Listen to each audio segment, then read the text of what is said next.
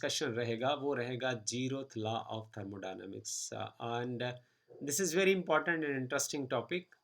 You will enjoy it while going through this topic. हम imagine करते हैं कि हमारे पास कोई एक सिस्टम है, एक सिस्टम ए है और एक सिस्टम बी है, दो सिस्टम है हमारे पास।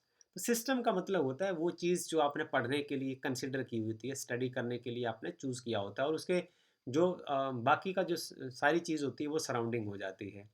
तो हमारे पास दो सिस्टम है, एक सिस्टम ए है, यहाँ हम मार्क कर देते हैं, ये सिस्टम ए हो गया और ये सिस्टम बी हो गया। दो सिस्टम है और ये दोनों एक दूसरे से एडियाबैटिक बॉल से अलग होते हैं। एडियाबैटिक एडियाबैटिक एक दीवार है दोनों के बीच में जो एडियाबैटिक नेचर की। एडियाबैटिक का नेचर का आपने समझने की कोशिश करनी है। जो मूवेबल है वो इधर को भी मूव हो सकती है और इधर को भी मूव हो सकती है। इधर को मूव होने का और इधर दो लेफ्ट और राइट मूव होने का मतलब क्या है कि ये जो दो पार्ट हैं, कंपार्टमेंट हैं, इनका प्रेशर चेंज हो सकता है, वॉल्यूम चेंज हो सकता है, टेम्परेचर चेंज हो सकता है। बट इंपॉर्टेंट बात क्या होगी, एडियाबैटिक बॉल में एक्सचेंज ऑफ हीट नहीं होगा। यदि एडियाबैटिक बॉल होगी तो इसमें क्या होगा, मैं ये लिखूं pressure volume temperature can change. Okay, क्योंकि ये मूव कर पाएगी, लेफ्ट राइट को मूव करेगी। और no exchange of heat, no exchange of heat, इसमें हीट एक्सचेंज नहीं होगी, राइट। और ये जो दोनों ही सिस्टम है ए और बी, ये तीसरे जो सिस्टम है सी, इसके कांटेक्ट में है। पर कैसे कांटेक्ट में है, ये बॉल जो है वो कंडक्टिंग बॉल है, through the conducting ball.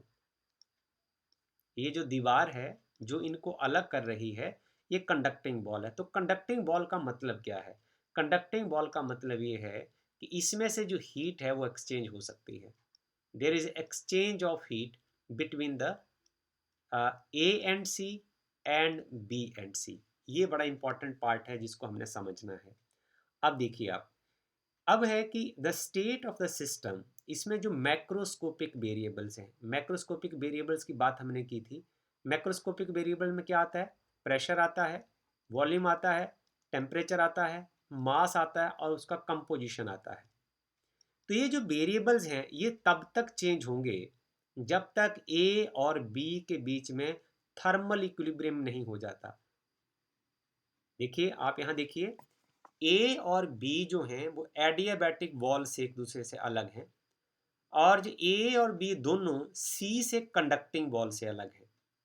Okay, अब इसमें जो पैरामीटर्स हैं वो क्या क्या हैं, प्रेशर है, एक प्रेशर है, वॉल्यूम है, कुछ आपको कलर दिख जाना चाहिए, इसमें है प्रेशर है, वॉल्यूम है, टेम्परेचर है, मास है, कंपोजिशन है। इसमें भी प्रेशर है, वॉल्यूम है, टेम्परेचर है, मास है, कंपोजिशन है। इसमें भी प्रेशर है, वॉल्यूम है, टेम्परेचर है, मास है, कंपोजिशन में है। अब ये जो इसके मैक्रोस्कोपिक वेरिएबल्स हैं, ये सब चेंज होंगे। और ये कब तक चेंज होंगे, जब तक इन तीनों का टेम्परेचर जो है वो सेम नहीं हो जाता। कब तक चेंज होंगे, ऐसे लिख दें, when TA is equal to TB is equal to TC and all will have the same temperature। जब सभी का टेम्परेचर सेम हो जाएगा तो हम इसको बोलेंगे कि आपका जो सिस्टम है वो थर्मल इक्विलिब्रियम में आ चुका है, राइट। अब ऐसा क्या होगा, अब देखिए आगे, यदि हम ऐसा करें, आफ्टर दिस इज अचीव, जब जब ऐसा हो जाएगा, suppose that adiabatic wall between the A and B is replaced, A और बी की जो एडियाबैटिक बॉल है उसको हम बदल देंगे। और कैसे बदलेंगे, हम कंडक्टिंग बॉल से रिप्लेस कर देंगे। हम नीचे वाले डायग्राम में देखें जरा, 12.2 बी, ये है फिगर 12.2, ये है फिगर 12.2 बी। इसमें अब क्या देखा आपने, आपने जो एडियाबैटिक बॉल है उसको यहाँ लगा दिया,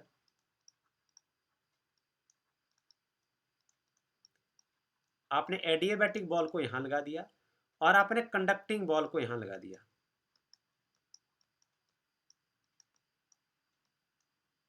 कंडक्टिंग बॉल को यहाँ लगा दिया। आपने क्या देखा कि जब एक बार ये डायग्राम नंबर ए में जब सब पैरामीटर जो उसके थे, जो मैक्रोस्कोपिक वेरिएबल्स थे, और मैक्रोस्कोपिक वेरिएबल्स को हम एक बार फिर से लिख देते हैं, ए बी सी की values pressure, volume, temperature, mass and composition, इन सभी की वैल्यू जो है वो थर्मल इक्विलिब्रियम में थी। मींस तीनों का जो टेम्परेचर है ये तब तक चेंज हुई, प्रेशर, वॉल्यूम, मास और कंपोजिशन तब तक चेंज हुए जब तक सभी का टेम्परेचर सेम नहीं हो जाता। आपने क्या किया उसके बाद आपने क्या किया, बॉल्स रिप्लेस कर दी। ये जो एडियाबैटिक बॉल जो है वो ए बी और सी के बीच में लगा दी, और जो कंडक्टिंग बॉल है वो आपने ए और बी के बीच में लगा दी। हमने क्या देखा, हमने ये देखा कि जो वैल्यूज प्रेशर, वॉल्यूम, टेम्परेचर, मास और कंपोजिशन की फिक्स हो गई थी, ऐसा करने के बाद इनमें कोई चेंज नहीं आया। Pressure, volume, temperature, mass and composition all remain the same. इन सभी की वैल्यूज वैसी की वैसी रही। इसका मतलब क्या हुआ कि जब एक सिस्टम थर्मल इक्विलिब्रियम में आ जाता है तो उसके बाद उसके मैक्रोस्कोपिक वेरिएबल्स की वैल्यूज चेंज नहीं होती। ये हम यहाँ से कंक्लूजन निकाल सकते हैं। So it is found that the state A and B change no further. उसके बाद उसमें कोई बदलाव नहीं आया। जब हमने दीवारों को बदला तो कोई बदलाव नहीं आया। They are found to be in thermal equilibrium with each other. हमने क्या देखा, ये देखिए, thermal equilibrium with each other का मतलब क्या हुआ कि temperature of A is equal to temperature of B is equal to temperature of C and all will have the same temperature। तीनों का टेम्परेचर की कॉमन वैल्यू होगी, दैट इज T। सो ये जो ऑब्जर्वेशन है, ये ऑब्जर्वेशन हमें ये बताती है कि यहाँ से आपको सवाल आ सकता है, define zeroth law of thermodynamics. Define, question ऐसे आ सकता है यहाँ से, define zeroth law of thermodynamics. तो यहाँ से आप डिफाइन कर सकते हैं, ये आपकी इसकी स्टेटमेंट हो गई।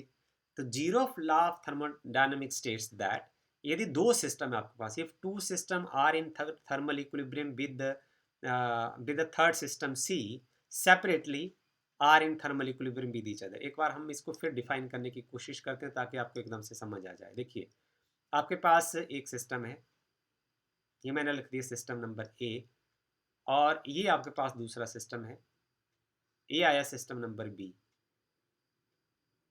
ओके, अच्छा, ये दोनों एक दूसरे के साथ एडियाबैटिक बॉल से जुड़े हुए हैं, और इसके बाद यहाँ एक थर्ड सिस्टम है C, there is a third system C. Okay, अब ये रहा हमारे पास सिस्टम ए, ये रहा सिस्टम ए, ये रहा सिस्टम बी, और ये रहा सिस्टम सी। अब इन दोनों के बीच में तो हीट जाएगी नहीं, बट यहाँ कंडक्टिंग बॉल है, इनके बीच में हीट ट्रांसफर हो जाएगी। तो क्या होगा, टेम्परेचर ऑफ द ए, अब जीरोथ लॉ ऑफ थर्मोडायनामिक्स क्या कहता है, temperature of the A is equal to temperature of the C and temperature of the B is also equal to temperature of the C. So according to zeroth law of thermodynamics, temperature of the system A is equal to temperature of the system B, right? तो मैं ये कहूँ कि यदि TA का temperature जो है वो T है, TB का टेम्परेचर जो है वो कोई चलो इसको एग्जांपल देने की इतनी ज़रूरत नहीं, इतना काफ़ी है, right? So this is all according to the zeroth law of thermodynamics. मतलब एक बार फिर से पढ़ते हैं, दो system, two system are in thermal equilibrium with third system. देखिए, दो सिस्टम है, ये भी इसके साथ थर्मल इक्विलिब्रियम में है, मतलब इन दोनों का टेम्परेचर सेम है, ये भी इसके साथ थर्मल इक्विलिब्रियम है, मतलब इन दोनों का टेम्परेचर भी सेम है। तो जीरोथ लॉ ऑफ थर्मोडायनामिक्स कहता है तो इन दो, ये जो दो सिस्टम है ये भी एक दूसरे के साथ इक्विलिब्रियम में होंगे। Okay, so it is easy to understand now. So R.H. Fowler ने ये जो लॉ है वो 1931 ईस्वी में दिया था, और ये लॉ जो है वो फर्स्ट और सेकंड लॉ के डेवलप होने के बाद प्रकाश में आया, और उसी के हिसाब से उसकी नंबरिंग डाल दी गई। तो zeroth law of thermodynamics clearly suggest that when we have two system, when two system one A and B, यदि ये एक दूसरे के साथ they are in thermal equilibrium, so there must be a physical quantity. बहुत important बात कहता है कि यदि आपके पास दो सिस्टम हैं, जैसे मैं ए और बी दो सिस्टम की बात करता हूँ, यदि मान लो ये दो सिस्टम एक दूसरे से थर्मल इक्विलिब्रियम में है, या ये दो सिस्टम एक दूसरे से थर्मल इक्विलिब्रियम में है, या बी और सी एक दूसरे के साथ थर्मल इक्विलिब्रियम में है, तो वो कहते हैं कि उसमें एक कोई ऐसी फिजिकल क्वांटिटी होगी जो दोनों में सेम होनी चाहिए, एंड दिस इज टेम्परेचर। ये देख लीजिए आप, जीरोथ लॉ हमें ये बताता है कि यदि आपके पास दो सिस्टम है और दो सिस्टम एक दूसरे के साथ इक्विलिब्रियम में है, थर्मल इक्विलिब्रियम में है, थर्मल मतलब हीट, उन दोनों का हीट का लेवल सेम है, इसका मतलब उन दोनों का टेम्परेचर सेम है। सो टेम्परेचर का जो कॉन्सेप्ट है वो जीरोथ लॉ ऑफ थर्मोडायनामिक्स से ही आया है। This thermodynamics variable whose value is equal for two systems, ये वो वेरिएबल जिसकी वैल्यू दोनों सिस्टम के लिए सेम होगी थर्मल इक्विलिब्रियम में, उसी का नाम टेम्परेचर होता है। तो आप समझ जाएं कि जीरोथ लॉ ऑफ थर्मोडायनामिक्स की इंपॉर्टेंस क्या है। It has given you the concept of temperature, right. है बाद में कि हम इसको कहें कि thus if we have two system A and B, those are separately in equilibrium with C, दोनों अलग अलग से यदि सी के साथ इक्विलिब्रियम में हैं। एक बार फिर से यदि आप चाहो तो डायग्राम में देख लो। It's time for you to revise the same concept here. हमारे पास एक सिस्टम ए आ गया और एक सिस्टम हमारे पास बी आ गया, और दोनों अलग अलग एक जो थर्ड सिस्टम के साथ इक्विलिब्रियम में है।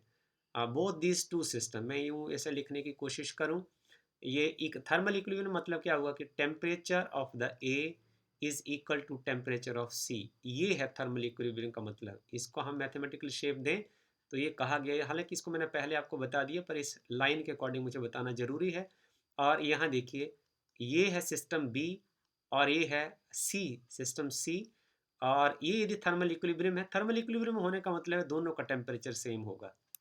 ओके, तो अब आप समझ लीजिए मैथमेटिक्स भी यही कहता है, यदि इसकी राइट हैंड साइड सेम है तो लेफ्ट हैंड साइड भी सेम होगी।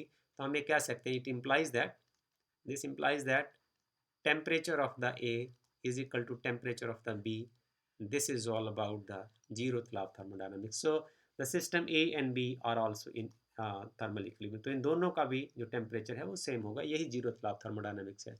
तो यहीं से ही we have arrived the concept of the temperature formally by zeroth law. अब ये इंपॉर्टेंट बात है, ये कम्पिटेटिव एग्जाम में कई बार आपसे पूछा जा सकता है कि जो कॉन्सेप्ट ऑफ द टेम्परेचर जो कौन से लॉ से आता है, so you can say it is from the zeroth law of thermodynamics. अब अगले सवाल कुछ इस तरीके से हैं, जिस चैप्टर में हम आगे बढ़ के पढ़ेंगे कि किस तरीके से हम न्यूमेरिकल वैल्यू असाइन करते हैं for the different temperatures, temperature of the different bodies. In other words हम कह सकते हैं how do we construct the scale of temperature, temperature scale हम कैसे बनाते हैं। थर्मोमीट्री जो है, हमने जो branch of physics that deals with the measurement of this heat and temperature, this is called thermometry, deals with this basic question. इस basic question के साथ थर्मोमीट्री में हम डील करते हैं और ये हम आगे टेक्स्ट में पढ़ेंगे। Thank you.